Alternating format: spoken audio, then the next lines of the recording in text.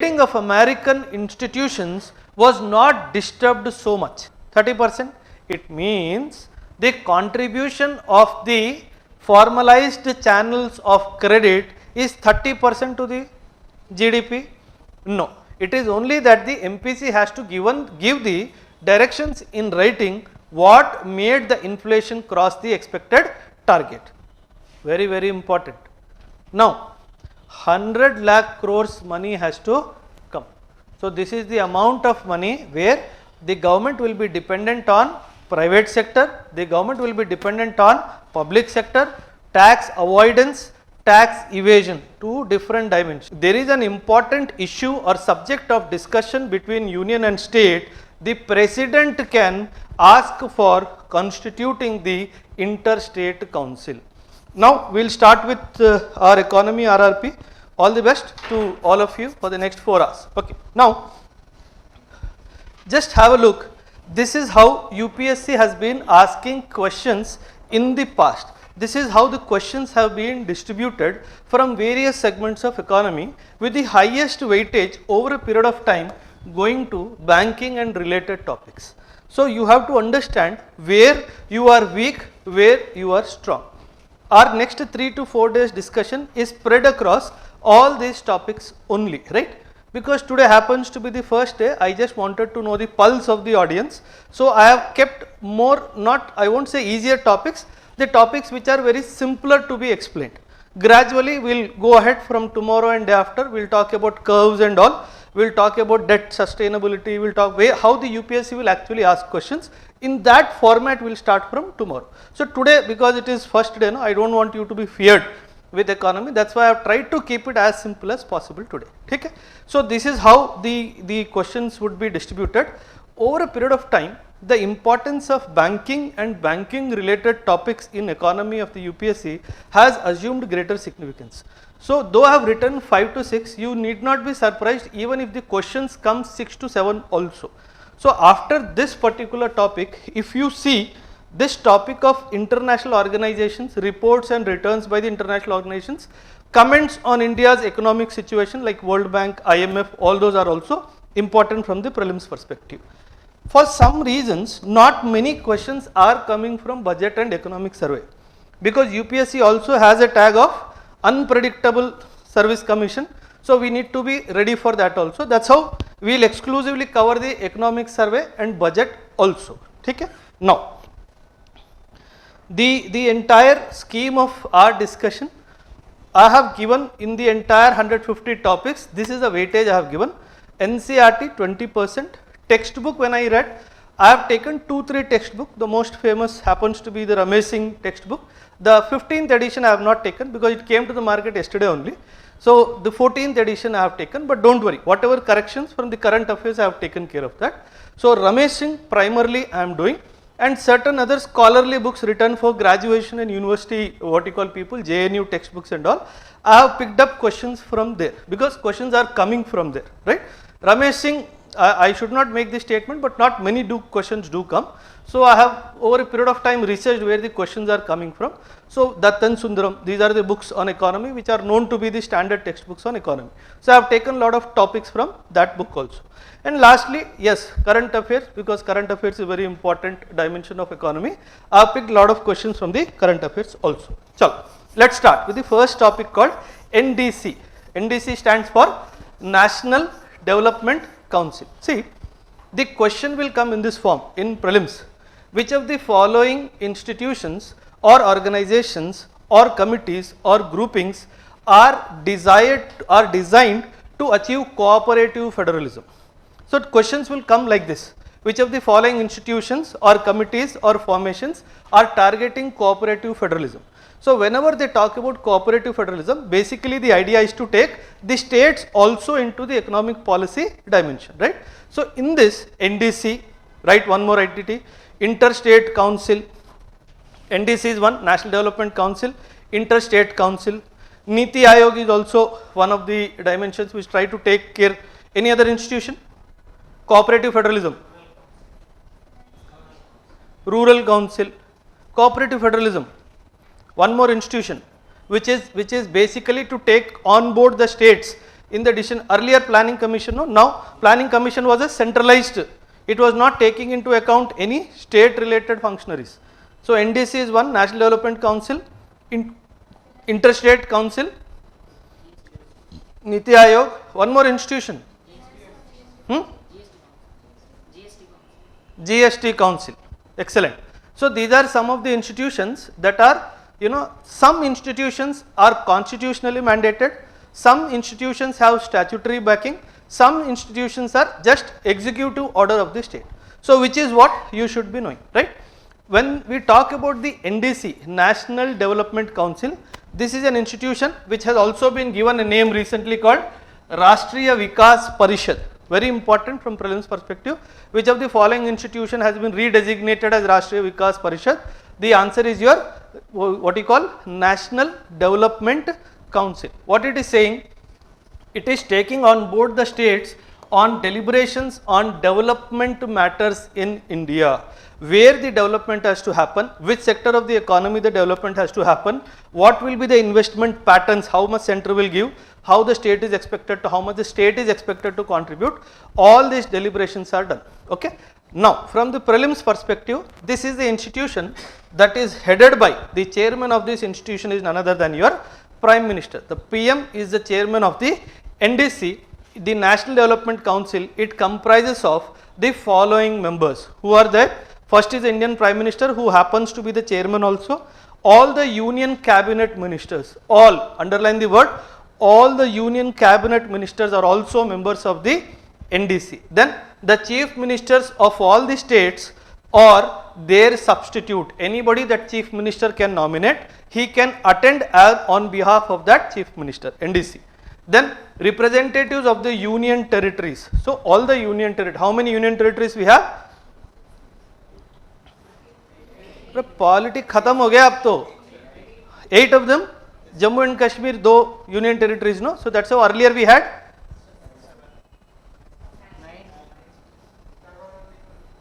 मुश्किल है तुम लोगों का, तुम्हारा मुश्किल है. पॉलिटी आरआरपी हो गया है. 8 or 9 union territories.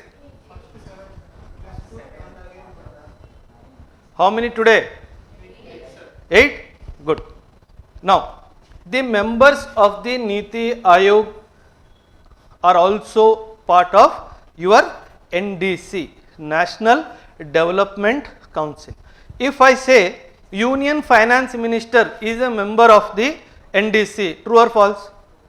He is a true, because he is also the cabinet ministers, right? So understand this importance. So all the cabinet ministers are members of. Is the RBI governor the member of NDC? No. The chairman of SEBI? No. So only these are the people who are members of your NDC, National Development Council. I told you the aim is to achieve cooperative federalism. This is the dimension, right? And these are the functionaries. And what is the idea behind this? Basically deliberations on development matters in India, where the states are also taken on board. So finally achieving cooperative federalism, NDC. The second is Interstate Council. In news, second important entity is Interstate Council, right? Now understand, when you talk about the Interstate Council, Article 263, what does it mean? The Constitution of India in Article 263 provided an Interstate Council. What does it mean? It has constitutional backing. It has constitutional backing. So Interstate Council has a constitutional backing. Again, same idea of cooperative federalism. The same idea of cooperative federalism is there in this Interstate Council, right? Now see what they are saying. One more important thing you need to understand is, the recommendations of this Interstate Council are not binding on the government. Though it is a constitutional body, its recommendations are only recommendatory. The government is not obliged or duty bound to accept all the points of recommendation given by the Interstate Council. You may get confused because it is a constitutional body, the government may be mandated to accept the recommendations. It is not so. It is just a recommendatory body that has been empowered to investigate and discuss subjects of common interest between the union and states and also among the states themselves. If there is an issue which is of a common interest between the union or the states or between two different states, the Interstate Council can be referred to. Why it is a news? Recently, the Interstate Council has been reconstituted with the Prime Minister as chairman and Chief Ministers of all the states and 6 union territories. Now this 6 will become 8 union territories of India. So it means that though the Article 263 is talking about Interstate Council, it is not a permanent body. Understand this. So whenever there is an important issue or subject of discussion between union and state, the president can ask for constituting the Interstate Council. Same like NDC, the Interstate Council, also the Prime Minister is the chairman of the Interstate Council. But here you will see the other entities which were present in NDC are missing here. Are all the cabinet ministers here? No. Is the Niti Aayog here? No.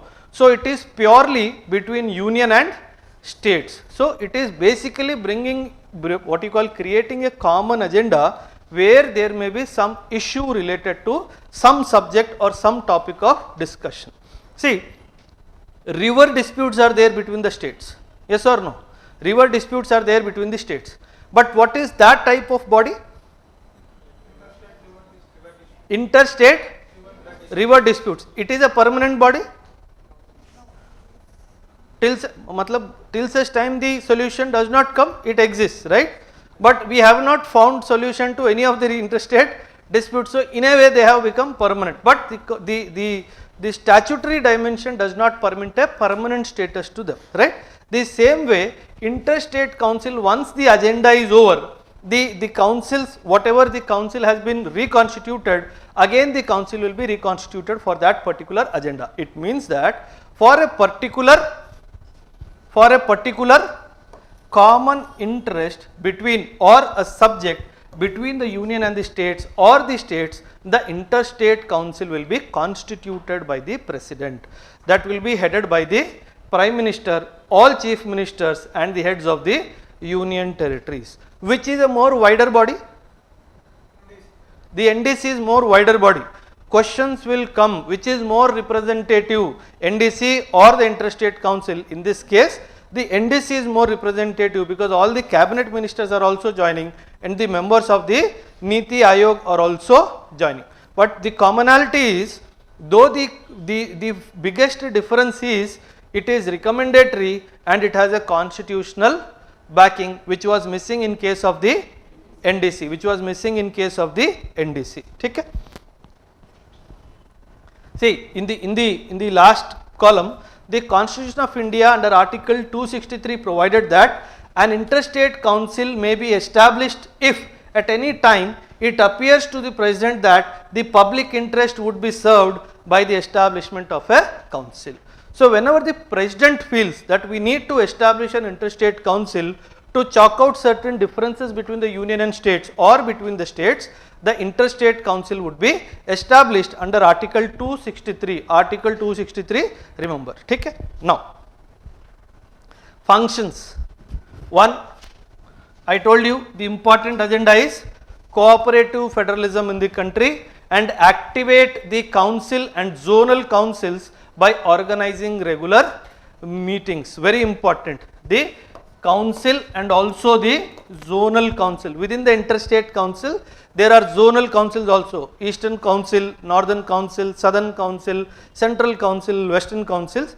These people also form zonal councils to discuss the various agendas, right? Facilitate consideration of all pending and emerging issues of center-state and interstate relations by the zonal councils and the Interstate Council.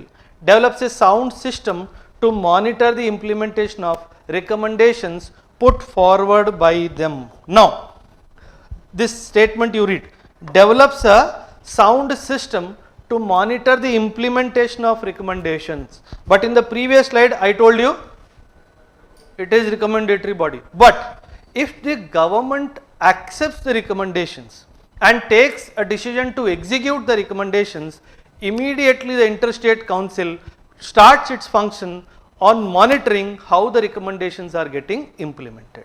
Understand? So the difference is, once the government accepts the recommendations and decides to implement these recommendations, that is when the third function will come into effect. So they will monitor the progress of the recommendations that are happening. Can anybody give an example? What could be that issue that could be discussed in the Interstate Council?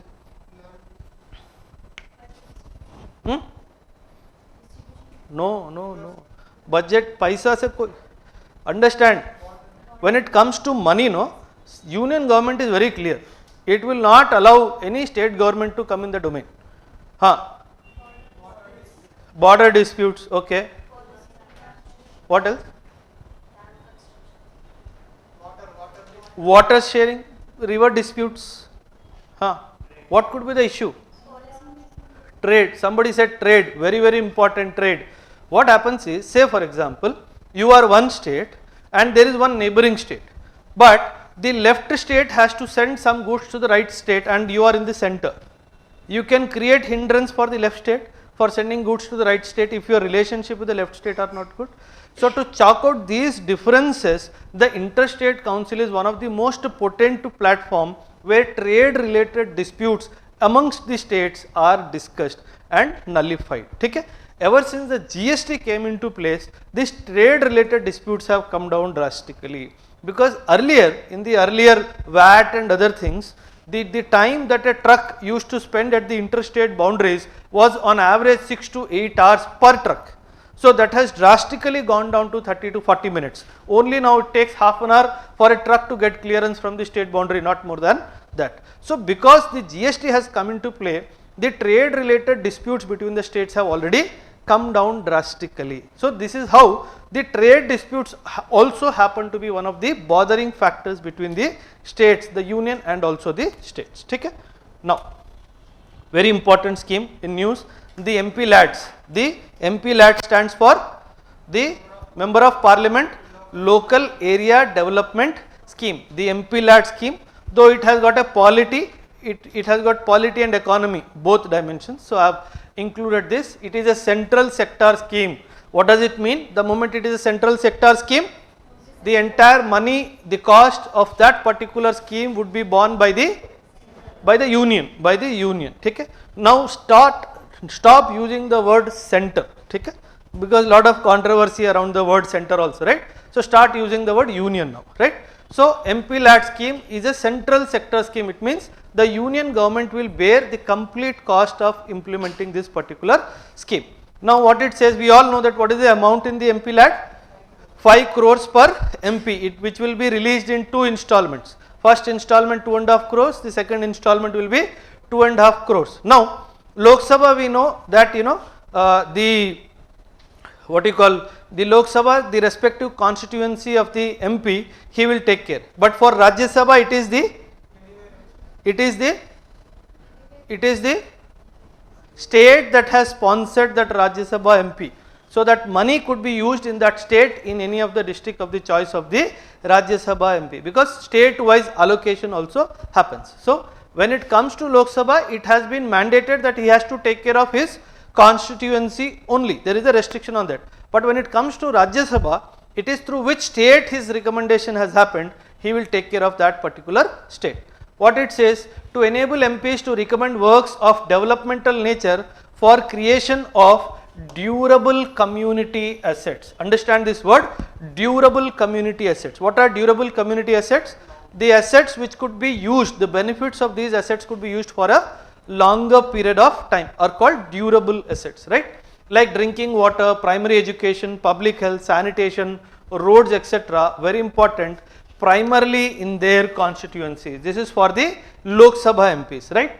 Since 2016, the MPLAD funds can also be used for, very important, from the prelims perspective, now the MPLADS funds can also be used for various schemes of the government, including your Swachh Bharat Abhiyan, the Accessible India campaign, the Sugamya Bharat Abhiyan, conservation of water through rainforest harvesting, and Sansad Adarsh Gram Yojana.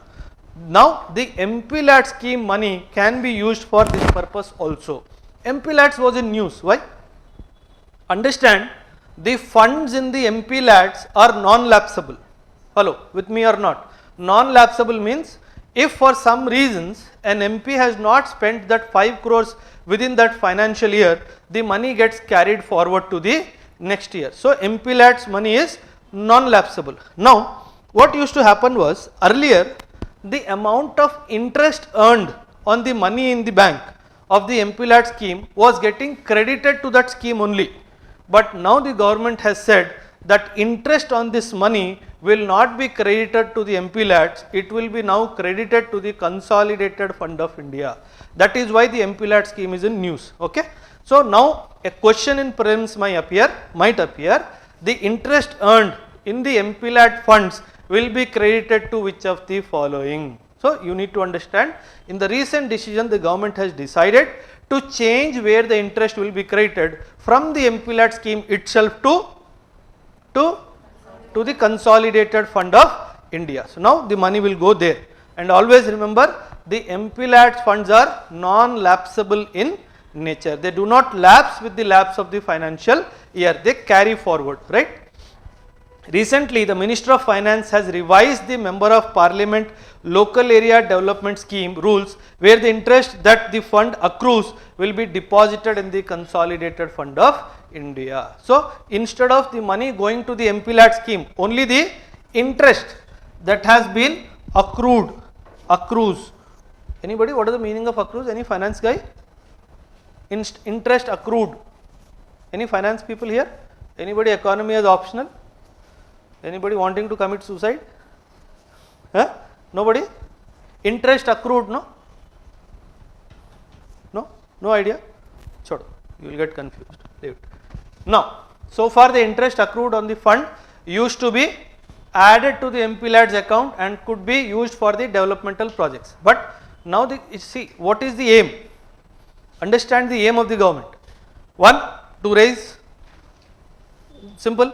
Second is, if you continue to keep the money without spending in the MPLADS and keep earning interest on it, your amount of money at your disposal increases. So there could be a chance, purely with an intention to increase the amount of money in your MPLADS account, you may delay the project or you may not even initiate the project. Now the government wants to bring in a sense of urgency within the MPs to initiate the works in their constituencies. So that is the reason why whatever interest was accrued earlier was being deposited in the MPLADS account, which is now going to Consolidated Fund of India. And the government is happy because they want more money. Paisa tumhara hai, interest wo kha raha hai. So he is also trying to bring in a sense of urgency within you, right? Functioning, I have told you, every year you get 5 crores which is given in 2 installments to you. In the 5 crores are given in 2 installments. The Lok Sabha MPs have to recommend the district authorities projects in their Lok Sabha constituencies, while the Rajya Sabha MPs have to spend in the state that has elected them to the house. And the nominated members of both the Rajya Sabha and the Lok Sabha can recommend works anywhere in the country.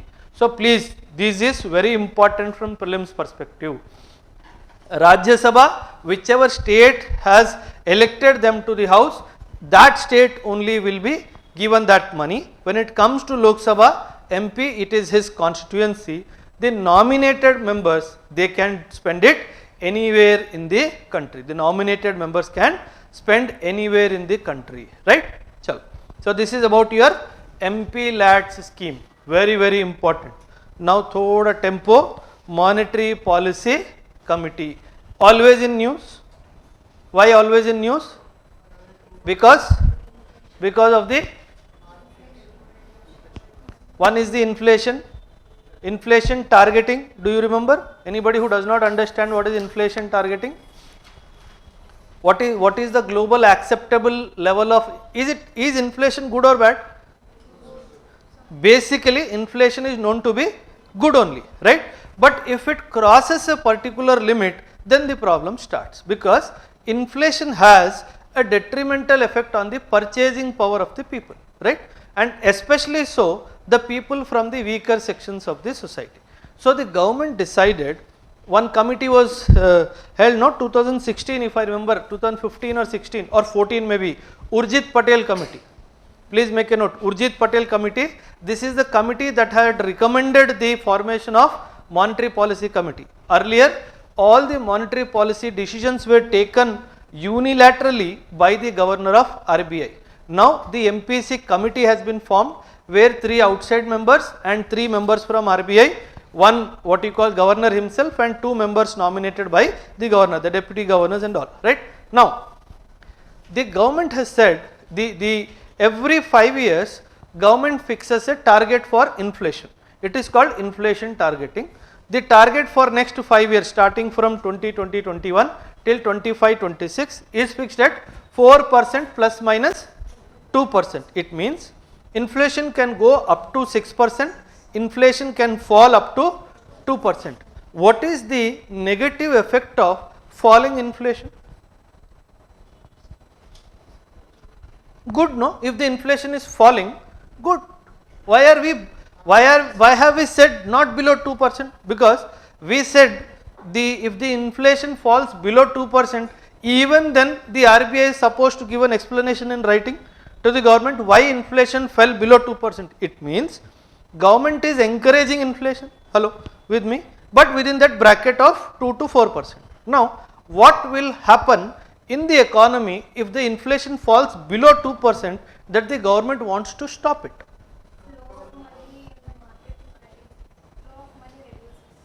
She says if the inflation comes down, the flow of money reduces. Because of the flow of money reducing the inflation. What is the major problem in the economy if the inflation goes down? Growth. Your growth, see, understand.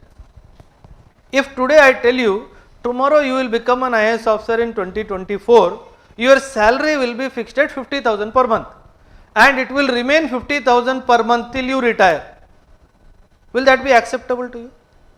Will that be acceptable to you? You will say, no sir, I want my salary to increase. You have heard this word, no? DA, dearness allowance. What is this DA? What is dear about the dearness allowance? The moment the inflation, the CPI inflation keeps increasing, your dearness allowance also keeps increasing to ensure your purchasing power parity. Basically to ensure that you have adequate salary in your account to cater for the inflation in the economy, the rising prices in the economy. That is how your DA is linked with inflation. If the inflation falls below 2%, what it is showing in the economy? What is the reflection of the economy is my question. Inflation is 1%. Inflation is measured quarterly. Hello? Quarterly. The entire financial year is divided into 4 quarters. Quarter 1, quarter 2, quarter 3, quarter 4, half yearly 1, half yearly 2. This is how the entire financial year is divided. April 1 to 30th June is your first quarter. 1st July to 30th September is your second quarter. 1st October to 31st December is your third quarter. 1st January to 31st March is your fourth quarter. When I am saying what you call the inflation is measured in quarters, generally quarterly inflation, that is why the MPC says no, if the inflation has remained beyond the target 2 to 6 degree for 2 or 3 consecutive quarters, the RBI is responsible to give the explanation in writing to the government. Will the MPC committee will be disbanded? If the inflation remains outside the target range for more than 2 consecutive quarters, 2 consecutive quarters means 6 months. If the inflation remains outside the target for 2 consecutive quarters, the RBI becomes responsible. Now, will the MPC be disbanded is my question. No, it is only that the MPC has to give the directions in writing what made the inflation cross the expected target. Only it is supposed to give it in writing, and also support its stand what all it did to control the inflation within the prescribed standards. Now, The reason why the Monetary Policy Committee is in news is, till couple of months back, RBI was only doing to control the inflation. What was RBI doing? The CRR increased or reduced in the last 1 year? Last 1 year it has increased. I hope you all understand CRR, repo rate, reverse repo rate. Anybody who does not understand other than Gautami? Anybody who does not understand? See, the CRR is the amount of cash that a particular financial institution has to keep with RBI in the form of cash, and the RBI will not pay any interest to that. This is the biggest earning of RBI. They will not give any interest to, understand, RBI will not give loan to anybody including government without interest. मतलब वो गांव का वो क्या बोलते हैं, he is that money lender of the village who will not give money to the government without taking interest. Understand this. There are various platforms through which the government seeks money from RBI. Whatever may be the platform, RBI will definitely give money, because RBI is the banker to the government, banker to the banker also, and banker to the government also, and banker of the last resort also. So he will come to your rescue every time that you call for, but he will charge a interest rate. Now the MPC committee is in news for 2-3 reasons. Firstly, the composition of the committee has changed recently. Some members got added. Earlier members would see, now UPSC is asking questions last 2 years, 3 years also. So I have given the names of the MPC members also somewhere. Please make a note. Generally UPSC does not ask these kind of questions, but you never know. It may give all the 3 names. These are the 3 people prominently which they are part of which committee. So if they give those names, you should be able to answer. The first one was Shashank Bhide, Honorary Senior Advisor, National Council of Applied Economic Research. They are all experts, believe me. They are the people who are revered as economists in our country, who are part of this particular what you call MPC. One is Shashank Bhide. The second is Ashima Goel, very famous professor. She is presently the emeritus. What is an emeritus professor? Who is called an emeritus professor? Emeritus professor is a person who has retired but is associated with some university getting some scholarships, some stipend kind of things. Scholarship is not a right word. Some stipend the university is giving them, but they are associated with that particular university. At regular intervals they may be called to give some guest lectures, maybe some policy decisions they may be consulted for. So Ashima Goyal also happens to be one of the MPC member. And lastly, Jayant R. Verma, who is a professor at Indian Institute of Management, Ahmedabad. So these are the 3 people who are presently the 3 outside members of the MPC. So other dimensions. Now if you remember, in the month of January and February 2023 also, the inflation was outside the target of 6% banding, but it is not a quarter, only 2 months. Till such time it does not consecutively happen in 2 consecutive quarters, the RBI need not worry. But RBI is saying the global problems, like very famous Russia-Ukraine war. Anything going wrong in the world, you can always go back to Russia-Ukraine war. So that's how these people have also very intelligently done.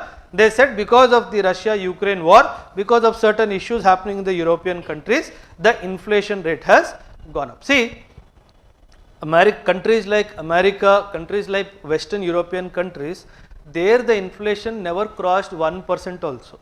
But in the last couple of months, or I would say 1 or 2 years, inflation is touching 8%, 9% there. They are all shocked because they are not supposed to experience that kind of inflation. So understand, because the entire world is in a fix now.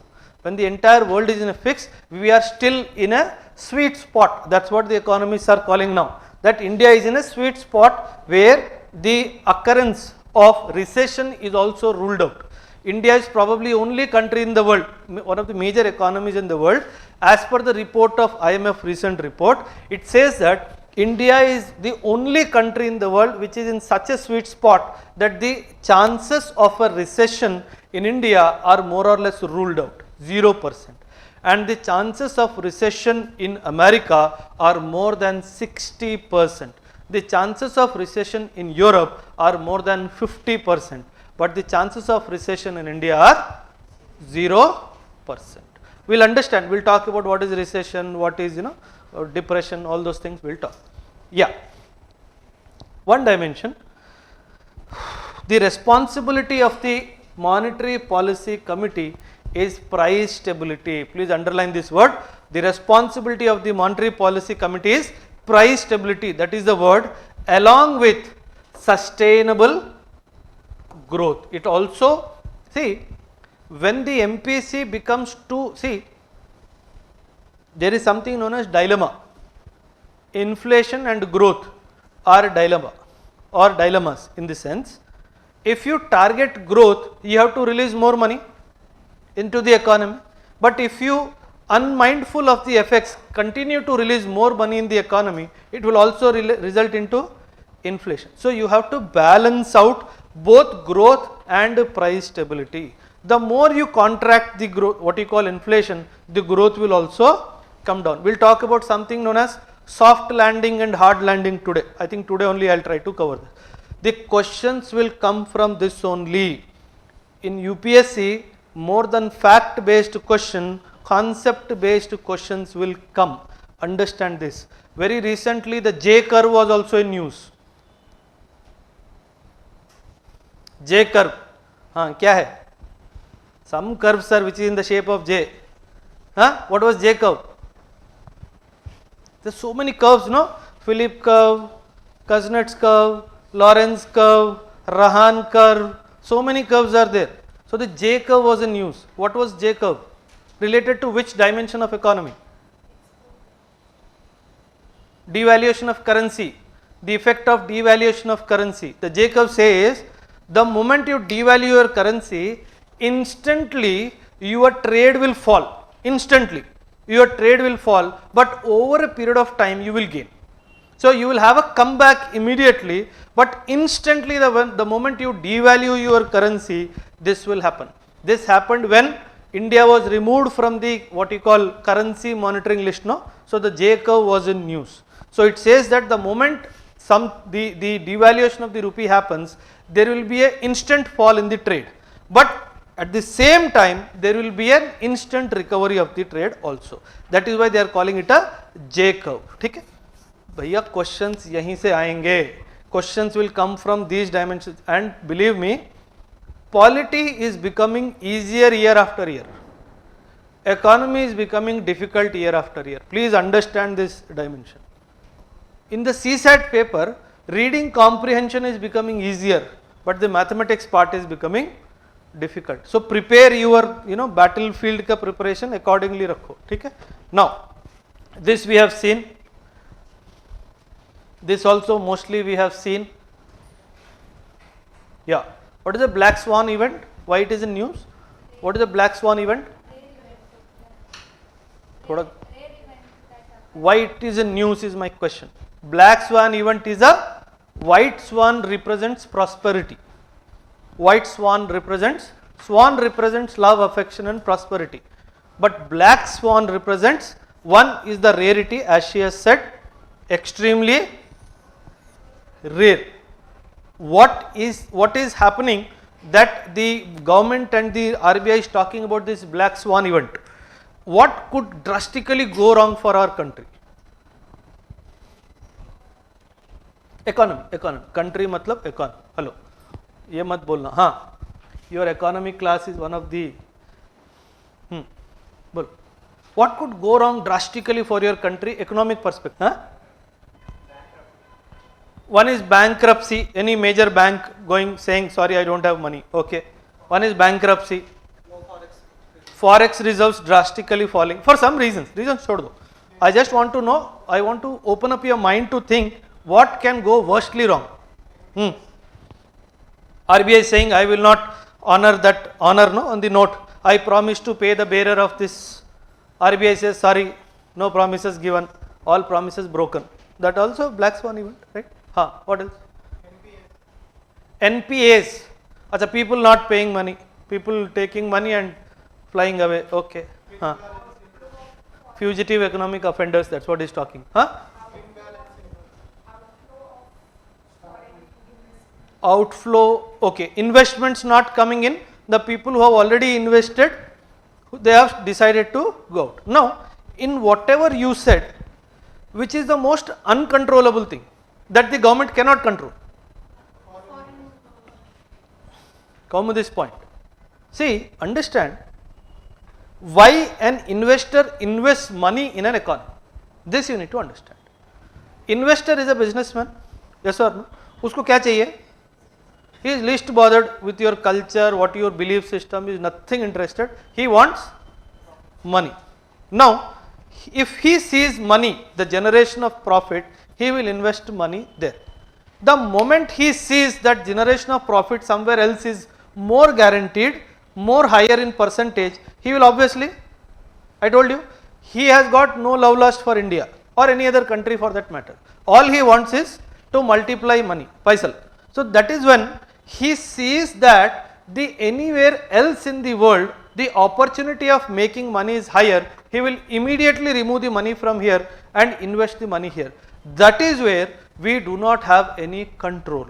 So we need to understand the black swan event is one area where despite of all the regulatory best practices in place, I am not able to have a complete control on that particular event. So one of such events is your dollar, this is called dollar flight. We call it dollar flight. This prelims 100% one question, the word dollar will be there in your paper. Dollar word तुम्हारे paper में आएगा, अब वो polity में आएगा, IR में आएगा, economy में आएगा, नहीं पता, बट 100% आएगा, because the dedollarization the talk is happening, the talk on what you call international reserve currency changing is also happening. So 100% a question on dollar will come. For this year prelims, 3 international organizations are extremely important: World Bank, IMF, WTO. WTO third preference, but IMF and World Bank 100% 1 or 2 questions in your prelims will surely come. Various dimensions, many things are happening. कहीं से भी उठा के you will go to these websites and read about them, not any institution site. Go to the website. Lot of things are happening in HDR also. HDR is nothing but your special drawing rights. So lot of things are happening there also. Now coming back to the black swan event. So recently RBI is our Reserve Bank of India, the Kamadhenu of our country, talked about possibility of a capital outflow of $100 billion from India in case of a major global risk scenario or a black swan event. Now understand, you know this global financial crisis हुआ था ना 2008, the global financial crisis happened. Now, and this crisis happened in America. This crisis happened in our most favorite country, America. Now, when the crisis happened in America, I told you the investor is interested in money. So in that scenario, the investor should have removed money from America and should have invested elsewhere in the world. Hello, with me or not? Exactly opposite happened. People started withdrawing money from elsewhere in the world and started depositing that money in America. Why?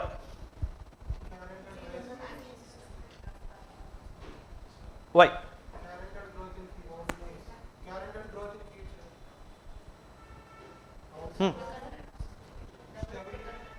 Come again? So what? Japan is also a developed country. China is also from my side a developed country. Huh? Why? Why people? You are telling me the name of the crisis. I am asking why the money was lifted from elsewhere and deposited there, reinvested in America only. One, the capacity to recover is one, but the main reason understand is the quality of investment in America is of very high standard.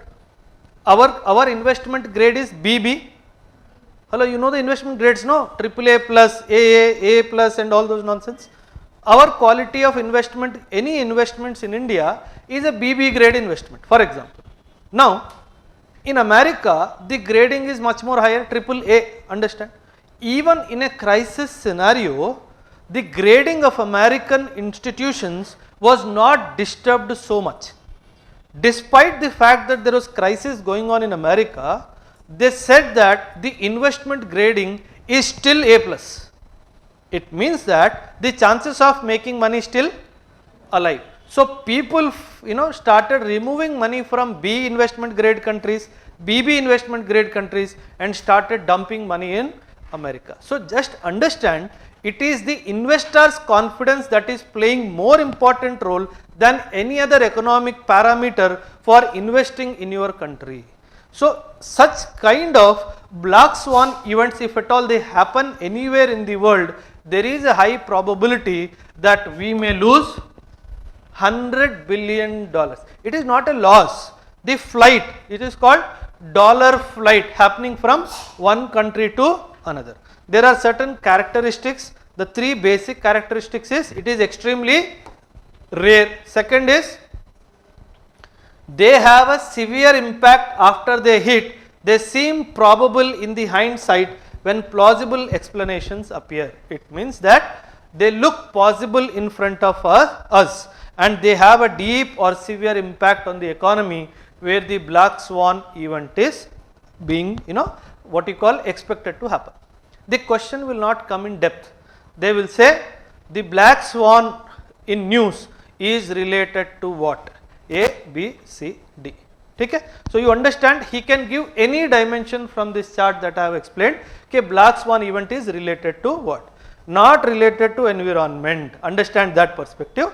It is related to economy. The flight of capital from one territory to another can also be a black swan event. You guys gave another example of a black swan event. Somebody told, no? The growth getting stalled. But the growth getting stalled does not happen instantly. The growth getting stalled does not happen instantly. It may happen over a period of time. Okay? See, understand, India can always go to war with Pakistan. Whenever Modi feels, chalo aaj chalte hain, you have to go. Now, these people understand the cost of war. That is why the cost of war can also be but extremely rare. Understand? So anything which is rare, if it happens, it will severely impact your economy and it looks probable in the hindsight. Dikh raha hai. Recession is also a black swan event. The entire now, the government, the international economic institutions are talking, 60% probability America mein recession aa sakta hai. It is a probable black swan event. The day America goes on recession, obviously the entire world will get negatively affected. So that's how the black swan event. How? Yes, can be. If two major oil producing countries in the world go for war, gone. If tomorrow Saudi Arabia decides, I will stop production for 2 years, I want to give a break. If tomorrow Russia says, sorry India, I am not going to give you any oil further, gone. So your entire economy will get hit. It could be anything, anything. See, that is, these are called perils of globalization. These are called perils of globalization. So understand that India is in such state of economic, what you call evolution, that any small event happening in the entire world, it can have a detrimental effect on India's economy. Okay? Next is the aspirational district program, which is, this is topic number 4, 5, 6, kya hai? 6, topic number 6. Keep writing the topic numbers also. Topic number 6, aspirational district program. This is basically in the year 2018. Which are these aspirational districts? These are the districts which are the best performing districts in our country. Yes? Kya? Yes, sir, phod dunga tum logon ka. Aspirational districts are not the best performing. They are the most backward or underperforming districts in the world.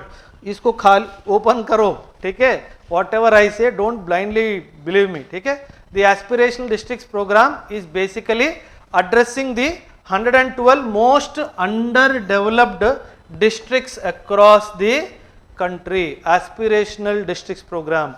Basically, we are aspiring to bring them on par with the country. How many districts in the country today?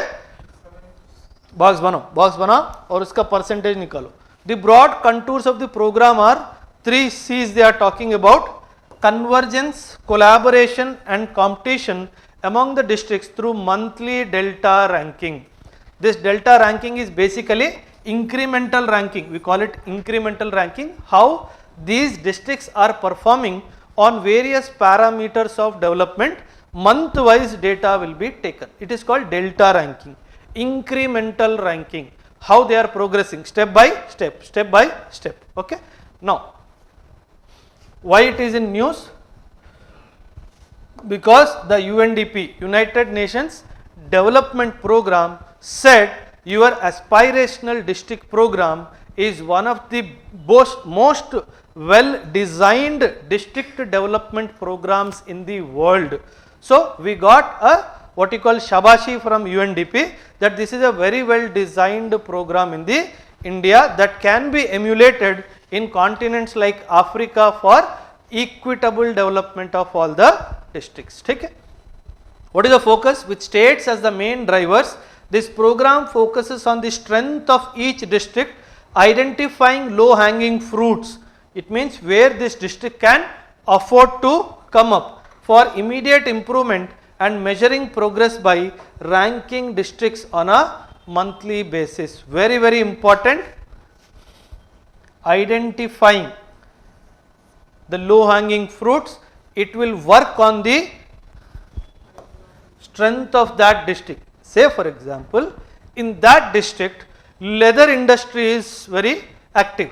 It means the government will try to pump in some money, some expertise in that industry and try to revive the entire district. So, it is not working on the weakness, it is working on the strength of that what you call district and certain low hanging fruits. Maybe that is one district where lot of skilled manpower is available. So, they will instantly try to invest in that skill and try to bring them into the folds of the mainstream economic activity in that particular district.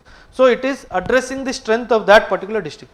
The districts are encouraged to monitor the progress of the blocks that lead to the overall improvement of the district. So, lowest level improvement target is happening. Most important dimension is they work on the strength and not the weakness of that particular district. Be very, very careful. And one more important, it has been what you call launched by the Niti Ayog. Niti Ayog. Okay? Please make a note of all these 5 indicators. 5 broad socio-economic themes. There are 49 key what you call performance indicators which are divided under 5 broad socio-economic themes: health and nutrition, education, agriculture and water resources, financial inclusion and skill development, and infrastructure. What do you understand by the word financial inclusion? What?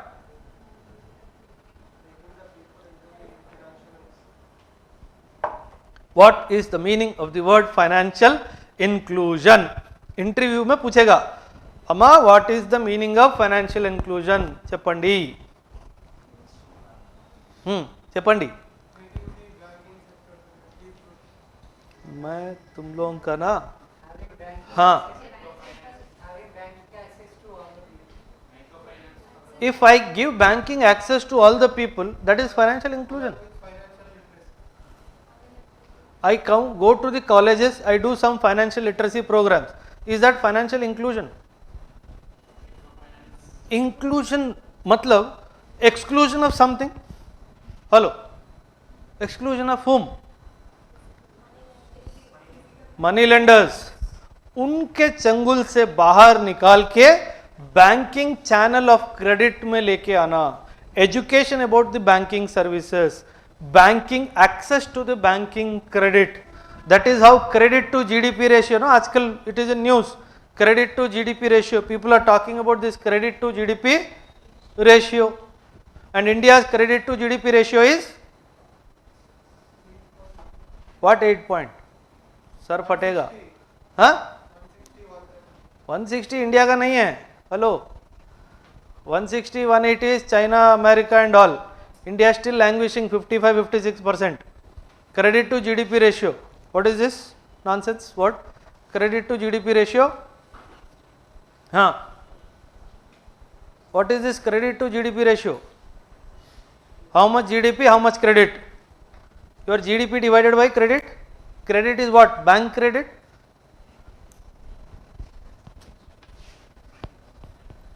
हाँ बोलो बोलो बोलो बोलो. My GDP is 3 trillion rupees or $3 trillion. Okay. Now my people would have taken loan from the bank for doing business. If that is say $1 trillion, what is my credit to GDP ratio? 30%. It means the contribution of the formalized channels of credit is 30% to the GDP. In countries it is 160-180%, but India is struggling at 56-55%. There are many reasons for it. At your level I don't think it is important. The biggest reason is your savings bank's deposit interest rate, because the probably very few countries in the world where the banks are paying savings bank ko bhi interest rate. It does not happen in the Western world. People do not pay any interest for the savings bank's account because it unnecessarily increases the cost of lending by the bank, because the bank has to pay you minimum interest for your savings account also. So the world says that the reason why we don't give interest on the savings account is, if I have to give you loan, if I am giving you 3% interest on savings deposit, my loan interest has to be definitely more than 3%. It means that 3%, because I am giving you, I am adding that 3% in the interest loan percentage that I am giving you. So that is the reason why in India the credit to GDP is not improving, because of the savings deposit rate. Okay. So that is the reason. Okay. So 5 important dimensions, please make a note. One nation, one ration card. Topic number 7. One nation, one ration card. Very recently Assam is the state that has become the 36th state to implement the one nation, one ration card. Make a list of the states which are not part still of the one nation, one ration card. Koi hai kya? Just Google about it. Still any state or union territory which is not still part of the one nation, one ration card. Ministry is Ministry of Consumer Affairs, Food and Public Distribution. Food and Public Distribution, very important. To ensure hassle-free delivery of subsidized food grains.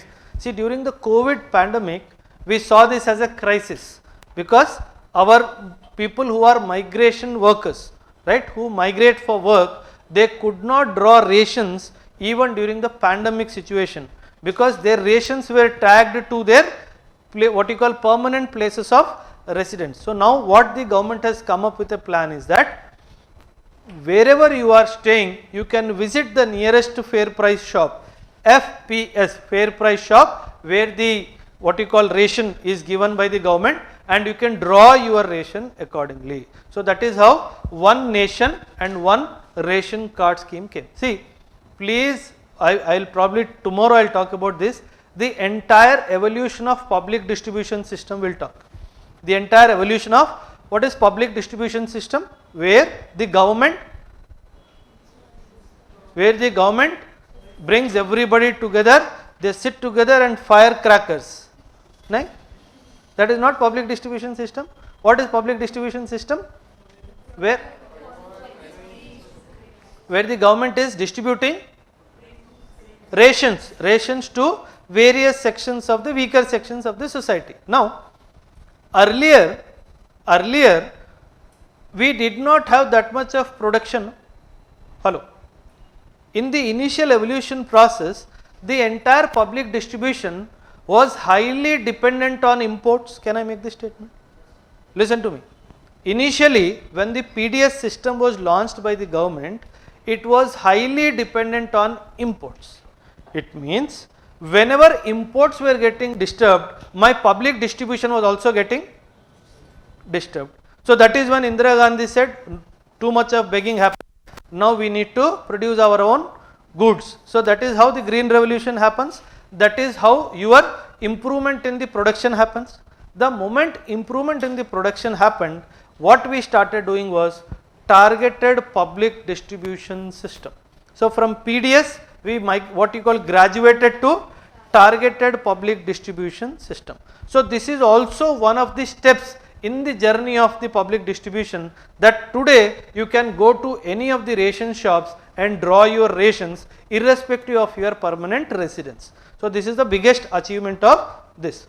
What it says, to ensure hassle-free delivery of subsidized food grains to all migratory beneficiaries anywhere in the country through nationwide portability under the NFSA, National Food Security Act. Okay? NFSA is also in news. Why it is in news? National Food Security Act is in news. Wheat exports. The buffer stocking nomenclature also has been changed, no? तुम लोग पढ़ नहीं रहे हो, मैं बता रहा हूँ. प्रेलिम्स में ऐसा घूमेगा सर पेपर देख के, ठीक है? हाँ. These UPSC people, no, understand their brain. Very intelligent fellows. They know you are reading this test series because somebody told them also to read the test series and ensure that no question comes from the test series. This happens year after year. In the month of January, a committee is set up by UPSC. The task of that committee is single-handed task. Go carry out a recce across the country which is the most purchased test series. Okay, this fellow, red color book. You also purchase, read that book, ensure that nothing is asked in the question paper from that book. But what Pawan did, whole year he read that book. So understand, you have to go to the government sites to read the data. Any book is giving you government site ka data, the question will come from there. Okay? Do not read those books blindly. The National Food Security Act is there because of the WTO, the link of NFSA and WTO. What is the link? The link is subsidies. We have a problem, no? You cannot give food subsidy beyond a point.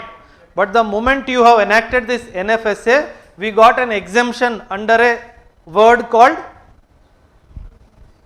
peace clause, under a word called peace clause. Peace clause, PEACE, not PIECE. Peace clause में हमको waiver मिला है, that because it is related to food, basic necessity of human, you cannot have any restrictions on this. So that is how NFSA. When we come to WTO, we will talk about it. Don't worry. Under the NFSA, the ration card holders or beneficiaries are entitled to buy subsidized food grains, rice at the rate of 3, wheat at the rate of 2, and cereals at the rate of 1. And for the below poverty line, the authorization is different. For the Antyodaya Anna Yojana program, AAY, the authorization is different. Please make a box for that. ठीक है? अच्छा, इसमें दिया है evolution. I have spoken about this. Please read through it once. It's talking about PDS was introduced around the, just see when, for wartime rationing measures. See, understand. Listen. मेरी तरफ देखो. उसमें कुछ भी नहीं समझ में आएगा. Whenever a country goes for war, I told you, when India was still not an independent country, we know we faced lot of famines, people dying out of, we today read, no, 2 million people died out of famines. Can you imagine people dying out of famines today? Why is it so? Why it has so? See, you see 2 generations before you, if you have grandparents or great grandparents, they will not use anything wastefully. They have this habit of conserving things. Why it is? Because they are the generation who saw scarcity.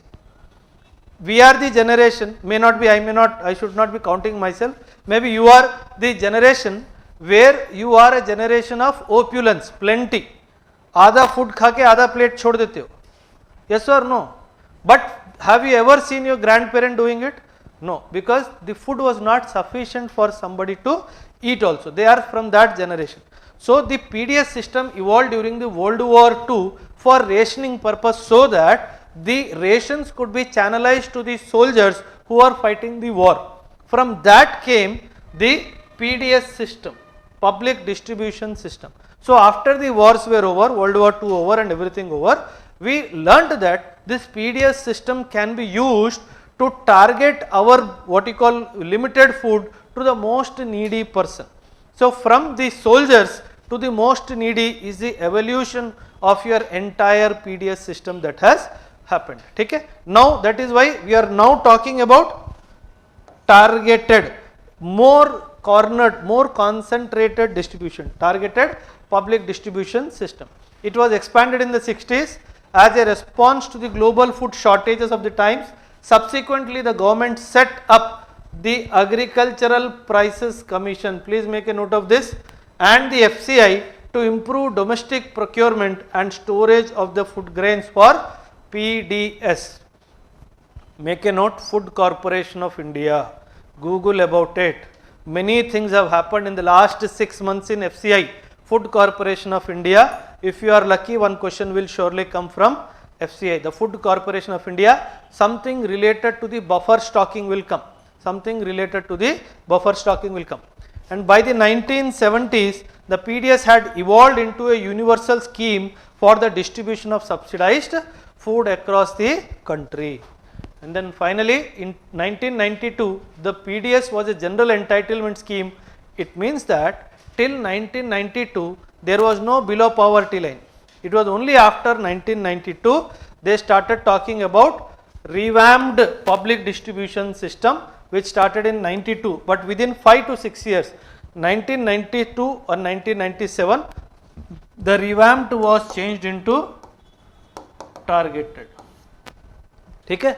Now the revamped was what? With a view to strengthen and streamline the PDS as well as to improve its reach in the very important revamped for this particular areas, the far-flung, hilly, remote and inaccessible areas. So it was revamped basically so that the food can be sent to the farthest regions of our country. By the time it was 1997, the Government of India launched the targeted. Under the TDPS, the beneficiaries were divided into two categories, the BPL and the APL, above poverty line. So what started during the World War II got more this thing in the 1960s, till 1992 no discrimination, 1992 to 1997 revamped to reach the far-flung areas, 1997 targeted where the classification happened BPL and APL. So far so good?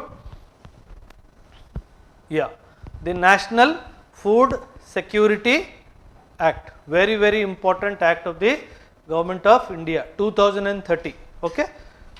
Now understand this,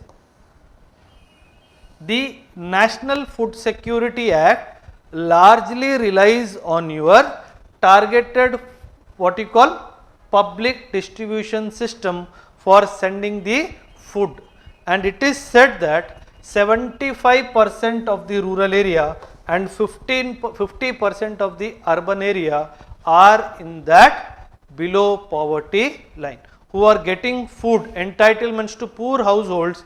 This marks a shift by making the right to food a justiciable right, very important. As a matter of right, you can ask for food under the National Food Security. The moment the act was passed by the Parliament, you know, America jumped into the WTO appellate body and filed a case against India that India cannot give subsidized food to its people. That is when Manmohan Singh delivered a very beautiful lecture in the Parliament. He said that you cannot deny mankind the basic source of existence, that is food, on the name of trade. On the name of trade you cannot, वो खुद ही economist था. Then he started counting 1986 to 88, no, de minimis level, WTO, if you guys know what is de minimis level. Entire subsidies as per the WTO are based on the production capacities of 1986 to 1988, 2 years ka average out. What Manmohan Singh said is 1986-88 is a time when India's production capacities were very low. You have to change the what you call base year from 86-88 to any current year. If you do that, automatically I am within that limit of subsidy that I am giving. So the entire world kept quiet. Okay? That's how you need to do at times.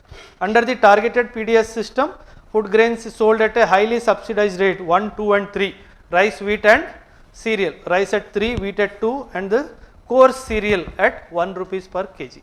Very few countries in the world can afford this. Lot of money goes into NFSA. If you want to know, Google NFSA, last year budget of the government under NFSA, how much money the government has spent. Now, one more thing I want you to Google about is how much amount of rations have to be given under PDS. What is the metrics? You go to the FCI, उसमें metrics दिया है, how much buffer stock I have to ensure, how much stock I can give for PDS, what is the amount and what is the variation level that I can go for.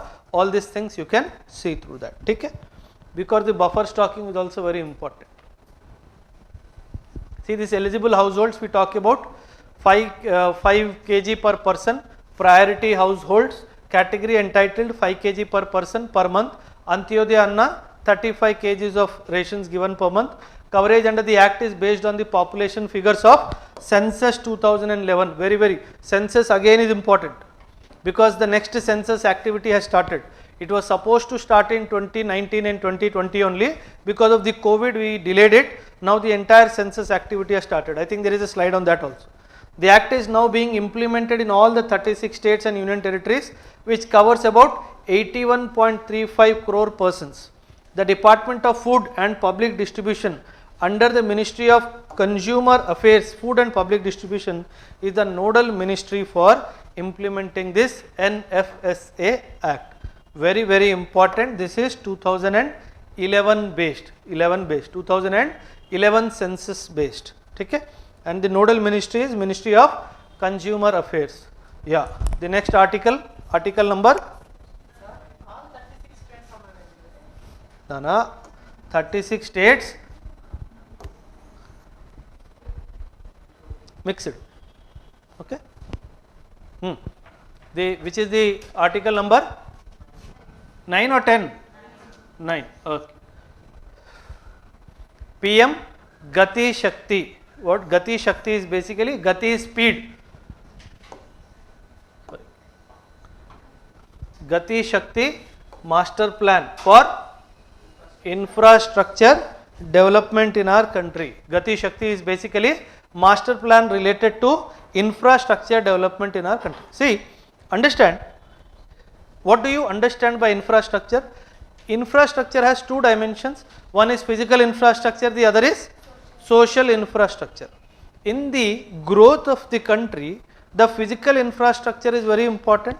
Infrastructure could be road, railways, what you call culverts, bridges, what you call power stations, all these come under your physical infrastructure. As per a report of ADB, Asian Development Bank, the ADB said that in India annually we need not less than $1 trillion of money for optimal growth of India. And this $1 trillion is required for infrastructure development in our country. See, road is known to be the best mode or method of development of any region. There is a village which is not connected with road. If you want development of that village to happen, the first step of development is construct the road and leave it. Automatically when you go back to that village after 10 to 12 years, you will see so much of change in that particular village just because one connecting road came. So that is how understand physical infrastructure is given primal importance, and within that road, that is why maximum effort starts from the creating the road infrastructure only. So the PM Gati Shakti master plan is about 100 lakh crores project for holistically developing our infrastructure. And now the question is where this money will come from. $100 billion, sorry, 100 lakh crores. What is the amount of money RBI gave to the government last year as part of its dividend, surplus dividends? No, RBI gives every year to government. After whatever expenditure of RBI is there, the remaining profit is shared with the government, no, after making some what you call corrections for reserves and other things. The entire revenue generated by RBI is given to the government for as dividend, surplus dividend. What was the amount of money?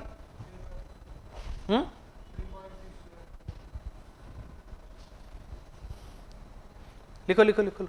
Make a box and write RBI dividend surplus given to the government financial year.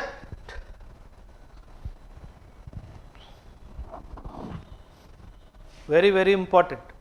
Now 100 lakh crores money has to come. So this is the amount of money where the government will be dependent on private sector, the government will be dependent on public sector, the government will be dependent on external commercial borrowings, the government will be dependent on FDIs, the government will be dependent on FPIs. All these are the various sources from where the money will come. Loans from institutions like World Bank, loans from institutions like AIIB, ADB and also your NDB, New Development Bank of the BRICS. So all these institutions will join hands to support this 100 lakh crores what you call project of the one of the biggest projects ever since independence, the PM Gati Shakti what you call master plan. It will incorporate the infrastructure schemes wherever the existing schemes they are working on infrastructure development, they all will be subsumed under these ministries, various ministries and state governments, various programs like Bharat Mala, Sagar Mala and inland waterways, dryland ports and Udan. Wherever the infrastructure projects were going on, they all will be subsumed under the PM Gati Shakti master plan. So wherever ministry, whether state or central, if there is an infrastructure development happening, they will be subsumed under the, subsumed means it will be taken into the folds of PM Gati Shakti, right.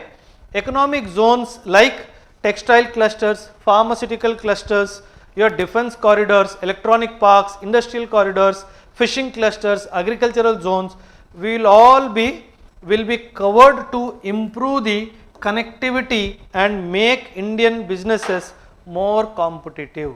It means that the most important dimension of your PM Gati Shakti is connectivity, and this connectivity is not only within the country, the connectivity with the rest of the world, connectivity with Nepal, with Bhutan, with Bangladesh, with Myanmar. So international level also the entire connectivity dimensions would be subsumed under the PM Gati Shakti scheme. It will also leverage technology using BISAGN, ISRO's program, Bhaskaracharya National Institute for Space Applications and Geoinformatics. This is a product or the output of ISRO. So this will also be subsumed under the PM Gati Shakti master plan. Very, very important. Okay? Yeah, this is what it is. Increase in cargo capacity at the ports from to 1759 million metric tons per annum, MMTPA, million metric tons per annum, 1800 approximately 1800 million metric tons. Cargo movement on the national waterways will be 95 million metric tons from 74. Cargo movement on Ganga to be increased from 9 to 29 million metric tons.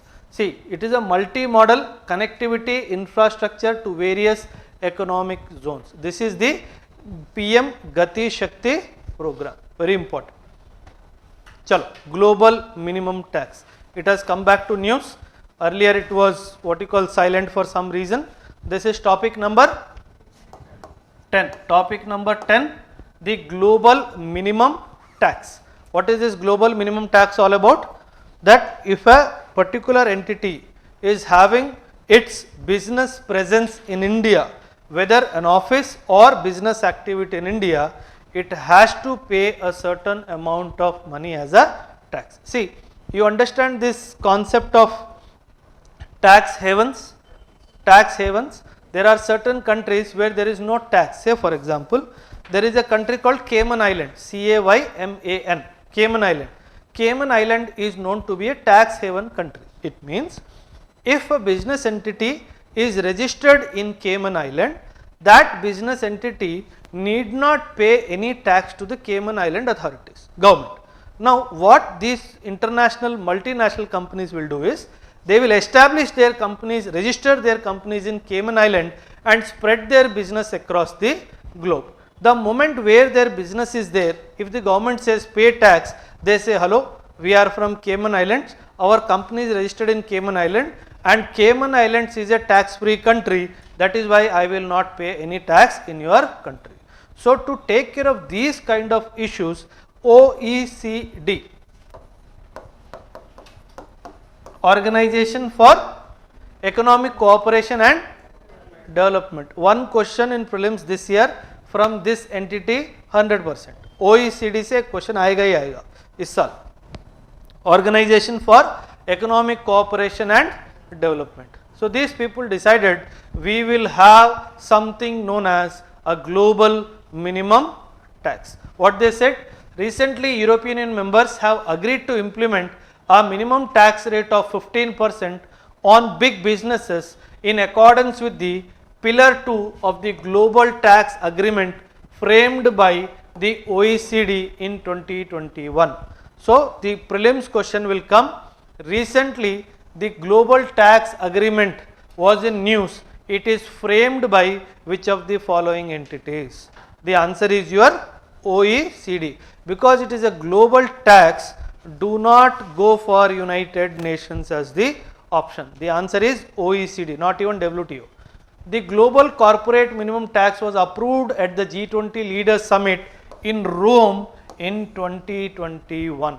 So even on the platform of G20, this was agreed that the global minimum tax should be there. What it says? A global minimum tax applies a standard minimum tax rate to the identified corporate income base worldwide. So the OECD developed a proposal featuring a corporate minimum tax of 15% on foreign profits of large multinationals, which would give countries new annual tax revenues to the tune of 150 billion. It means this is called tax. This is called tax. What was happening before? Tax evasion.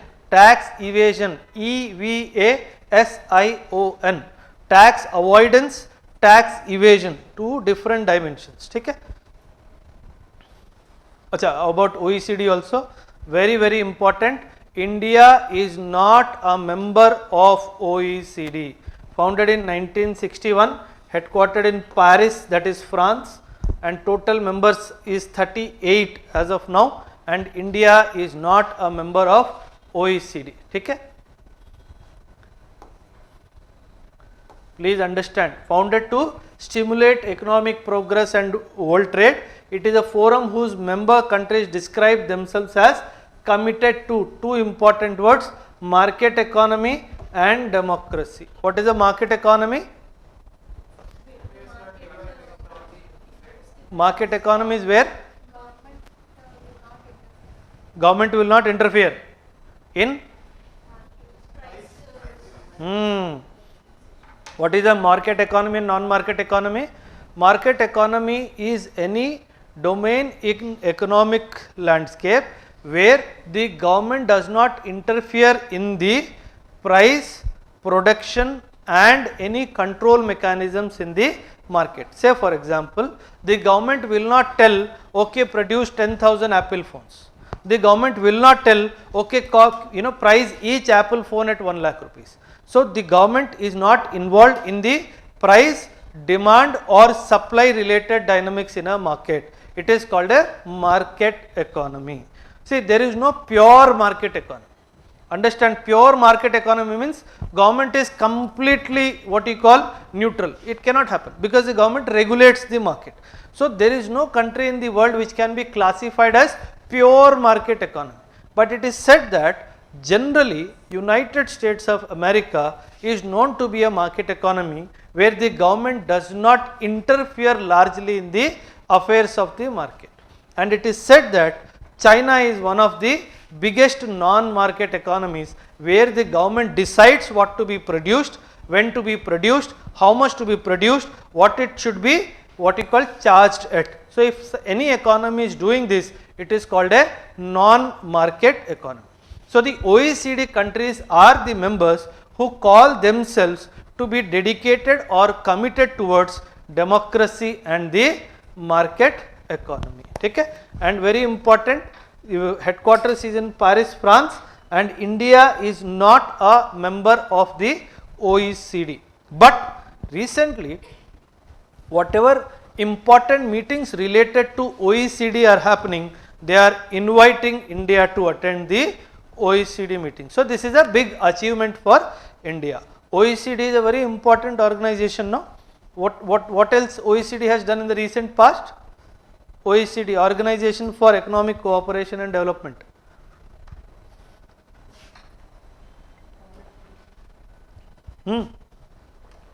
क्या किया OECD ने recently? What has OECD done recently? What has OECD done recently? तुम लोग current affairs नहीं पढ़ रहे हो, मैं बता रहा हूँ. Prelims is 40% current affairs, mains is 65% current affairs, and interview is other than about yourself. When you enter the interview chamber, no, they will say, hello Pawan, please tell me something about yourself. Pawan will say, today morning I got up at 5 o'clock in the morning, I went to the temple, I ate 2 idlis. No, we are not interested in your idlis, tell me something about yourself. So, understand this, the current affairs is very, very important. OECD is now emerging as a replacement to G7. G7 is the grouping of most advanced countries. Now, in place of G7, OECD is coming into prominence. So, try to understand the change of global structures, okay, geopolitical structures. Open acreage licensing policy related to this is related to this is related to topic is related to तुम बोलना नहीं चाहते हो या बोलना नहीं चाह रहे हो? हाँ, अरे HELP was in news, no? HELP, help me from all of you. Hydrocarbons, exploration and licensing policy. Am I talking in Greek or French? ऐसे इतना साइलेंस क्यों है? Hydrocarbon exploration and licensing policy. It was in news, no? Current affairs का topic है, not from your this thing. Some basic changes the government has done. TAP. हाँ, क्या था? What is this tap? Tap खोलोगे पानी आएगा, वो है? हाँ. हाँ? अरे related to exploration policy, it was in news, no? Earlier, whenever the auctioning used to happen, government used to tell, okay, this block is available for auction for exploration and production, E&P we call it. Please come, bid for it, take the block and extract, give me a share of profit. This is what erstwhile used to happen. Now the government is saying there is no tendering process, there is no auctioning process. You come wherever in the country you want to do any exploration, provided exploration is permissible from the environmental perspective, you identify and you tell, I want to do exploration here, I will give you the contract. So earlier the exploration agencies used to wait for the government tender to come. Now you don't have to wait, you can yourself go identify, do some scientific research and tell the government, this is where I want to do my exploration and production. So what happens is, in this scenario, more entrepreneurship is encouraged by the government. It means the government wants people to come forward to do exploration. Why? The question is why? Why this is happening? If a question comes, which of the following are related to reducing import dependence of so and so item.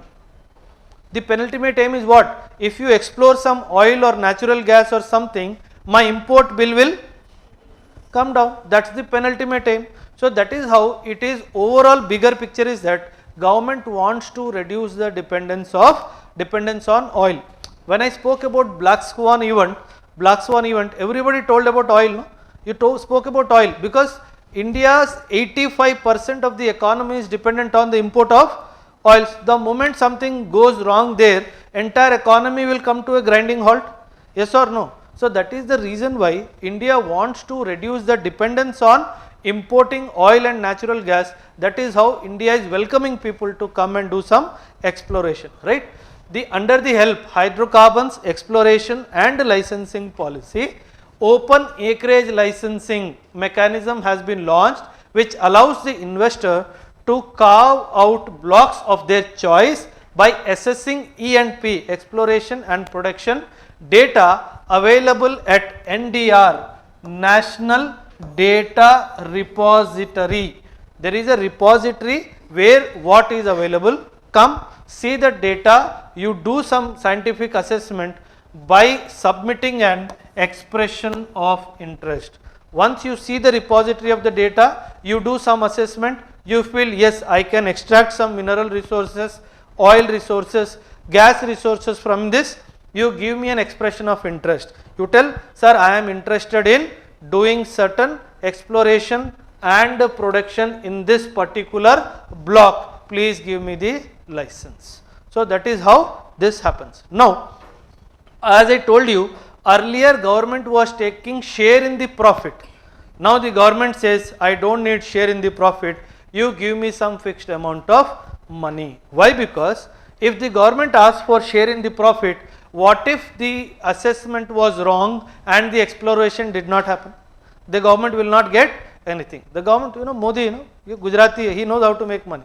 So he said, whether you get anything from there or not, I am least bothered. You want to take some rocks home and construct a temple for yourself, you do it, but you give me a fixed amount of money. So that is how government is trying to generate revenue also from this. The expression of interest can be submitted throughout the year without waiting for a formal bid round from the government. This is what I said. The expression of interest can be submitted at any given point of time. So these blocks would be subsequently offered through biannual formal bidding process. The moment you identify, okay, I want a block in Gandhinagar, Gujarat, every year twice these blocks will be given to people. So in the next block process, you will be given this block for exploration and production. Okay? The OALP, the Open Acreage Licensing Policy, would be manifested through the NDR, which will provide rapid jumpstart to the E&P activities by providing seamless access to the country's entire GNG data, geographical and geological data for interpretation and analysis. So the entire data of the country will be given to that licensing policy, to that particular entity that is trying to bid for it, so that you can do the kickstart the production. So this is how the pre-HELP and the HELP is different. Very, very important. Some points. Very important. In the conventional, it is covering all conventional and unconventional oil and gas exploration. Earlier it was only conventional oil and gas, coal bed methane, policy covered coal bed methane. Like separately you had separate policies. HELP is covering everything. A single license for exploration, extraction of all type of gas.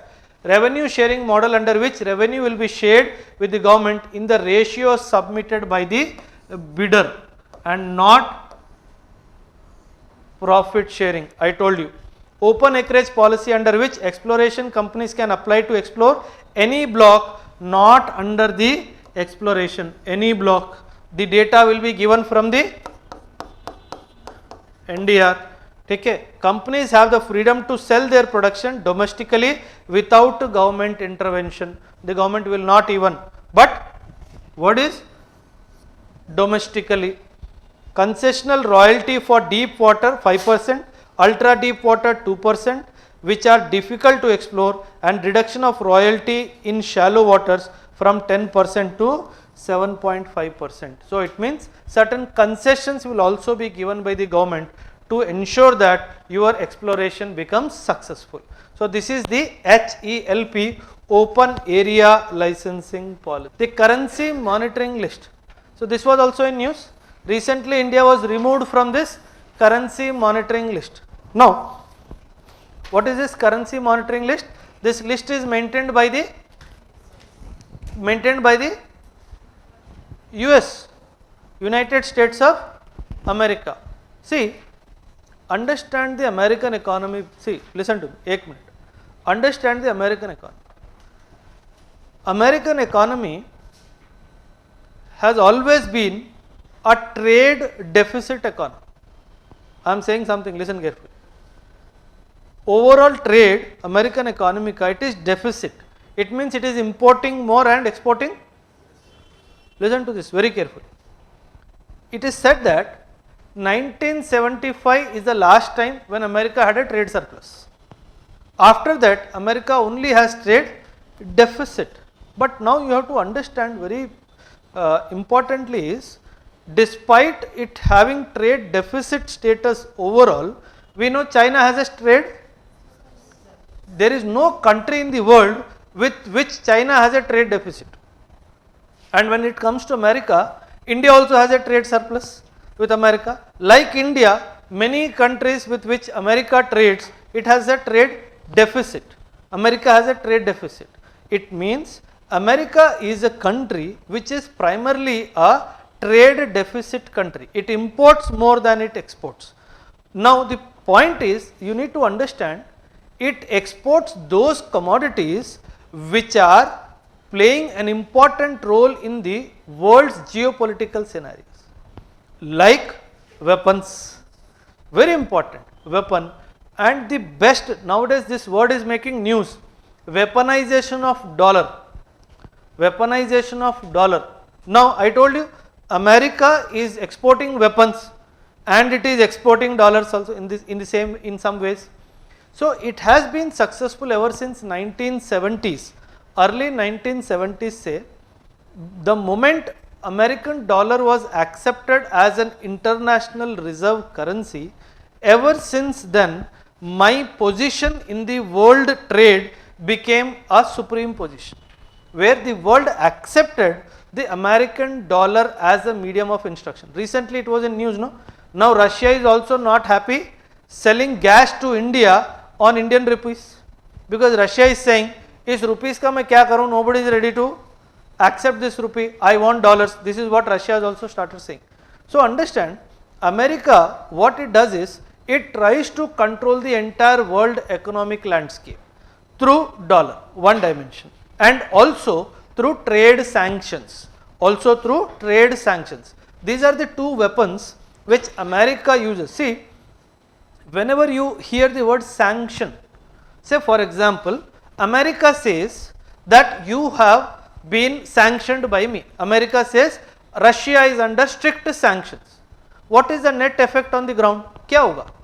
The moment America says Russia is under sanctions, what will happen? What will happen? What will happen on ground? मैं उसकी बात नहीं कर रहा हूँ, process में क्या होगा? What is the amount of your forex reserves? What is the amount rate? 600 billion, 580, 600 billion dollars. Where is that amount physically? Where is it? कहाँ है? Where is this 600 billion dollars? Is it physically in India? Where is it? पागल हो गया?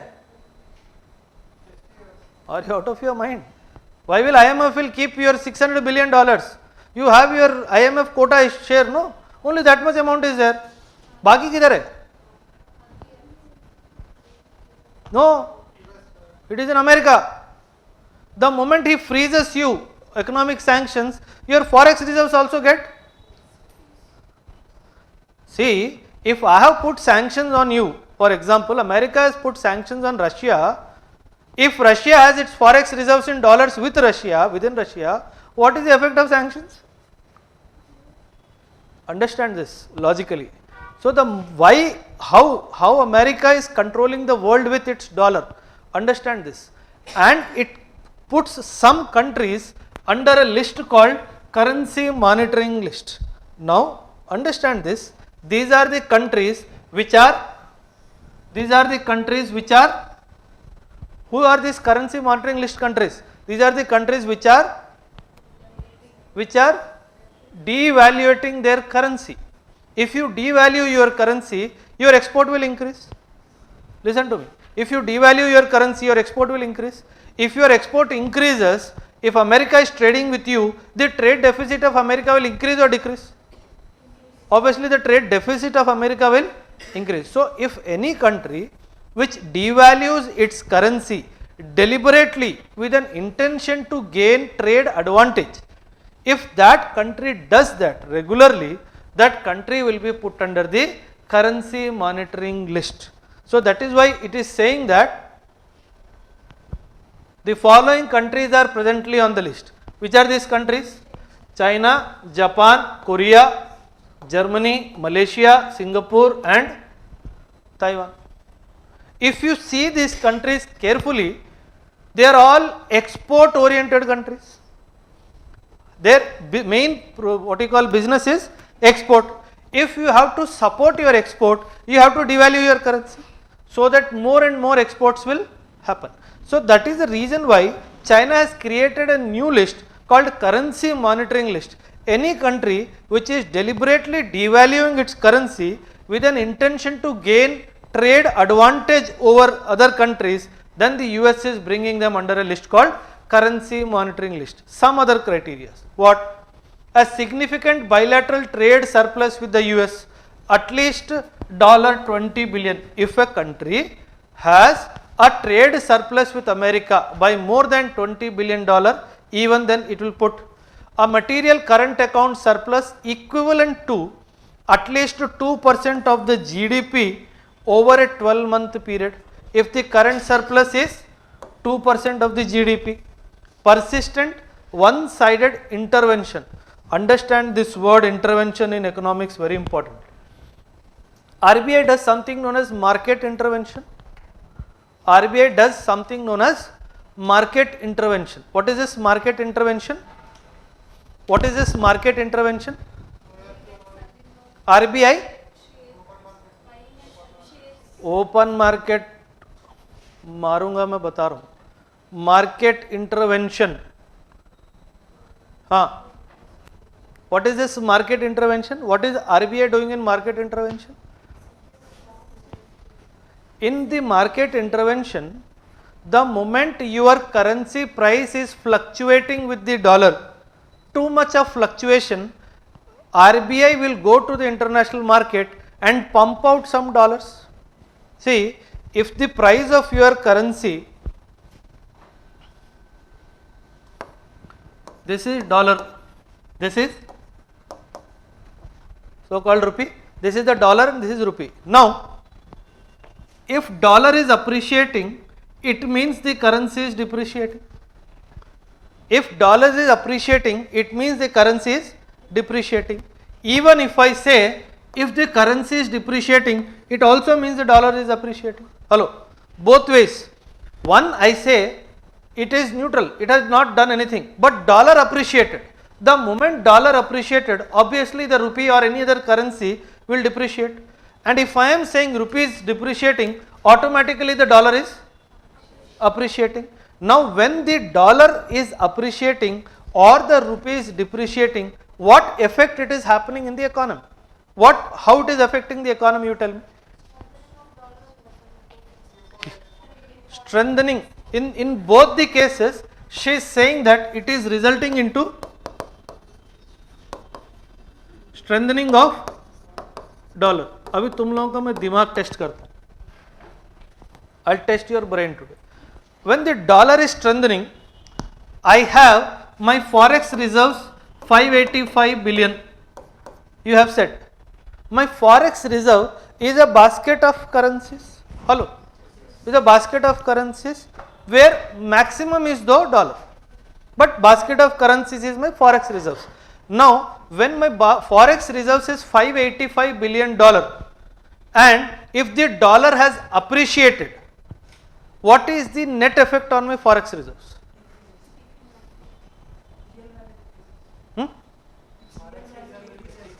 If I make a statement, there will be a notional fall in valuation. This was in news. I think in some of the slides it will come. There will be a notional fall in my forex reserve. How far this statement is correct? Notional fall. How do you justify this statement? Because the forex, the US dollar appreciated, there is a notional fall in the valuation of my forex reserves. How far this statement is correct and why? If it is correct, why and how it is correct? If the dollar appreciated, my reserves also should appreciate, no? Why I am using two words, notional and fall?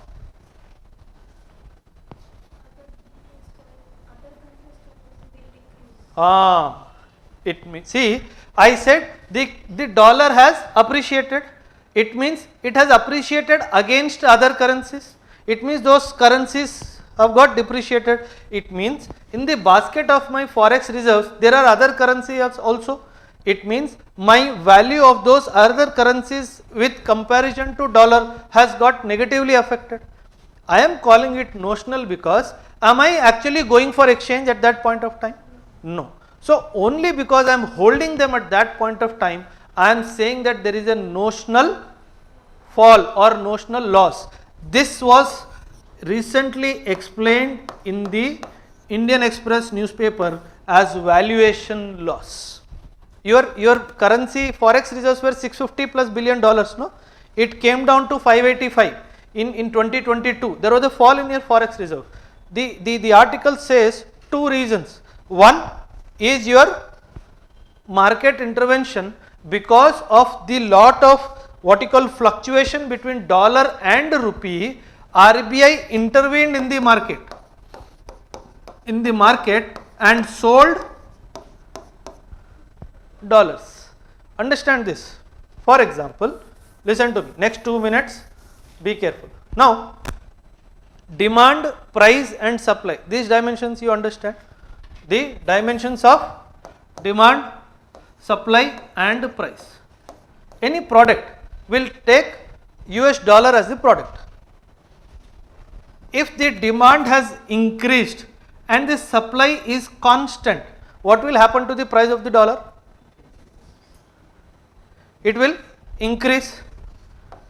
Now, but I don't want the dollar price to increase because I am more an import dependent country, because I am importing entire crude oil, entire edible oil I am importing, weapons I am importing.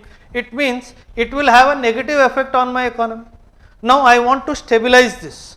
What RBI will do, because there is a demand and there is no supply, whatever is the increased demand, RBI will infuse those dollars in the market. The moment that supply is taken care of, demand getting neutralized, the price will also neutralize. So this what RBI is doing is known as market intervention. Because of these two reasons, valuation loss and market intervention by RBI, my forex reserves have gone down. What this article is talking, the currency monitoring list, it is saying that because the countries are doing one-sided intervention, that is having a negative effect on my particular economy, if any of these three if at all there, I will put that country into the currency monitoring list.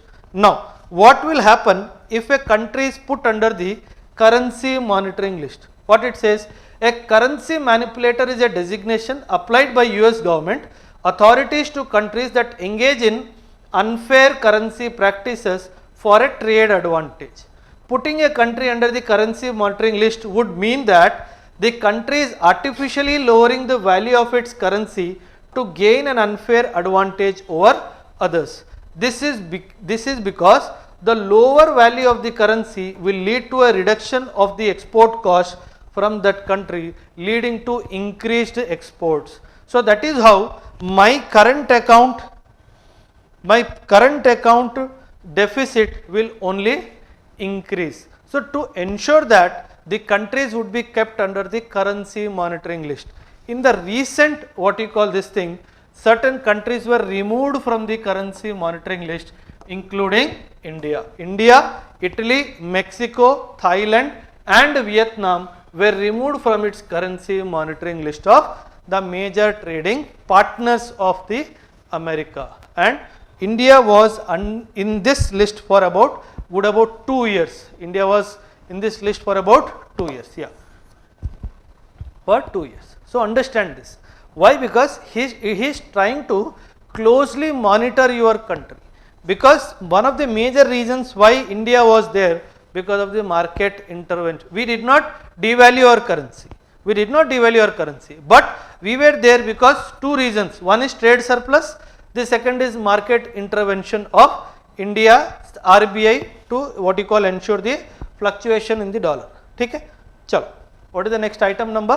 What is the serial number of the article? 13. National Anti-Profiteering Authority. What is profiteering? Earning profit. So any authority which is trying to control the profit is called, yeah. If any country like China, if we take example of China, Okay. if it gives subsidies, higher subsidies to a product for exporting, then also that country will be placed in monitoring. No, in that case you have the anti-dumping duty, no? Higher subsidies is countervailing duty. Anti-dumping comes into play when the sale price in the your own home country is more than the exporting country's domestic price. Say this pen China has produced. This same pen China is selling in China also, and China is exporting to India also. In China this pen is for 12 rupees. But to India it is selling it for 10 rupees. It means that it is trying to gain some advantage. So I will put anti-dumping duties to the tune of 2 rupees. But when China has given too many of subsidies for this product's production, instead of anti-dumping I will put countervailing duty. It is called countervailing duty. Subsidies get negated by countervailing, the price gets negated by anti-dumping duty. Because if a product is available in your country for 12 rupees, why are you selling it to me for 10 rupees? The intention is to dump that product in my country. To avoid that dumping, I will put that 2 rupees ka cost on this, called anti-dumping duty. Okay? Yeah, somebody was asking. अरे समझ में आ रहा है कि नहीं? Economy is not easy. It is unlike polity. If you read, चला जाएगा अंदर, नहीं जाएगा. हाँ. A product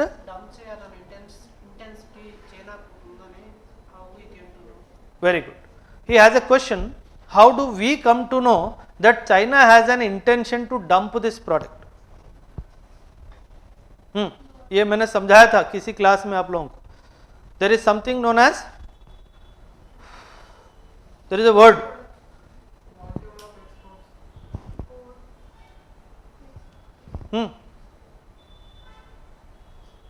self restriction होता है. The moment ship starts from there, they will tell that I am only sending this one ship, not beyond this ship.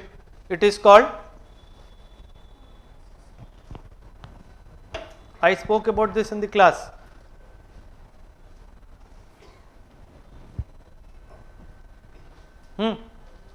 Advance intimation China does know. His question is, how as an importing country we will come to know that he is trying to dump, is his question. One, price variation we know. 12 rupees में China में बिक रहा है, 10 rupees में हमको बेच रहा है. It means the intention is dumping. How much is the volume of goods? How do we come to know? Advance intimation. Self restraint की बात की थी मैंने. Self restraint. Because to avoid India becoming cautious with this export, what China will do, it will give advance intimation to India. See, I am sending 2 ships full of iPhone 14 Pro Max. I am planning to sell this iPhone 14 Pro Max in Ashoknagar market only for 20,000 rupees. Like this, China will give an advance intimation to India so that India gets a clarity. See, any ship moving from China, India's heart starts beating faster. Sala isme pata nahi kya hai, corona hai, kya hai, we don't know, right? So that is why the moment any ship leaves from China, he intimates India, hello, this ship has got this many items, this is the item, this is the cost, and this is the last ship I am sending. Iske baad I am not going to send. So he tries to gain confidence of the importing country that China is not trying to dump those products in my country. It is called self-reliance, restriction. So you are restricting yourself. Initially only telling that I am not sending more than this. Okay? So that is how we will come to know that is not dumping. Okay? Now the next article is on National Anti-Profiteering Authority. See, when GST was introduced, some taxes got subsumed within GST, some taxes got completely negated. So there could be certain sections of trade in the economy who would have got benefited out of GST. Maybe they were earlier being taxed, now they are not taxed. So it means the people who traded in that particular segment or product may be benefited. So to ensure that there is no profiteering out of the implementation of GST, the National Anti-Profiteering Authority was established by the government to ensure that people do not get undue benefits out of the implementation of GST.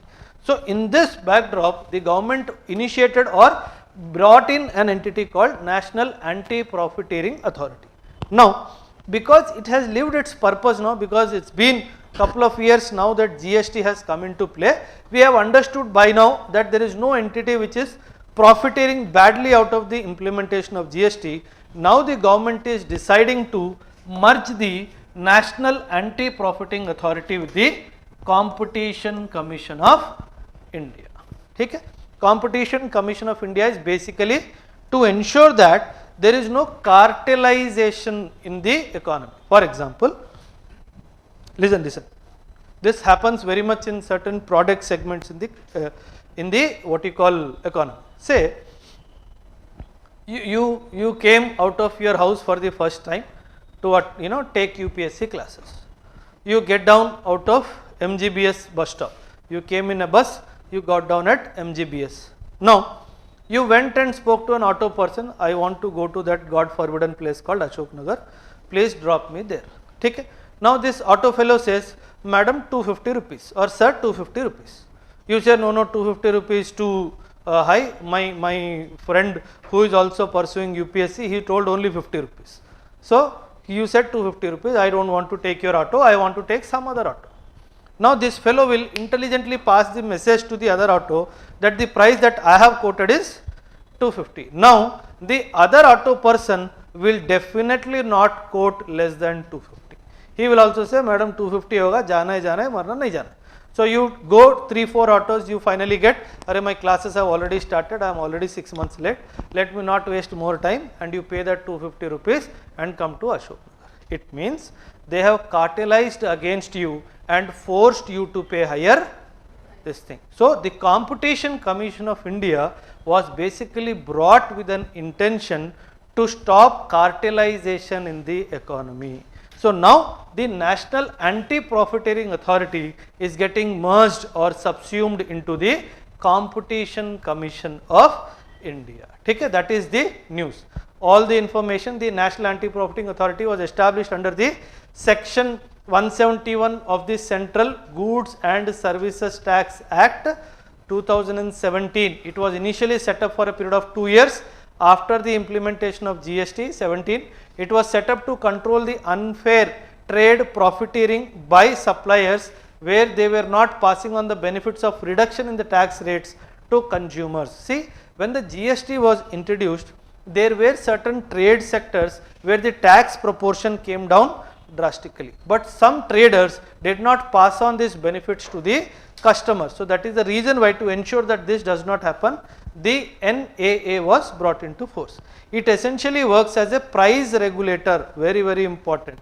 It works as a the biggest difference between NAA and CCI is CCI is not a price regulator. It only tries to arrest the trend of cartelization. It has got nothing to do with price. It has got nothing to do with price. But NAA is a price regulator which ensures that any undue benefit is not reaped by the companies due to changes in the GST laws. The NAA can take note of any instance of anti-profiteering even without a complaint from a citizen. It means that it can take suo moto action. Please underline, NAA can take a suo moto action.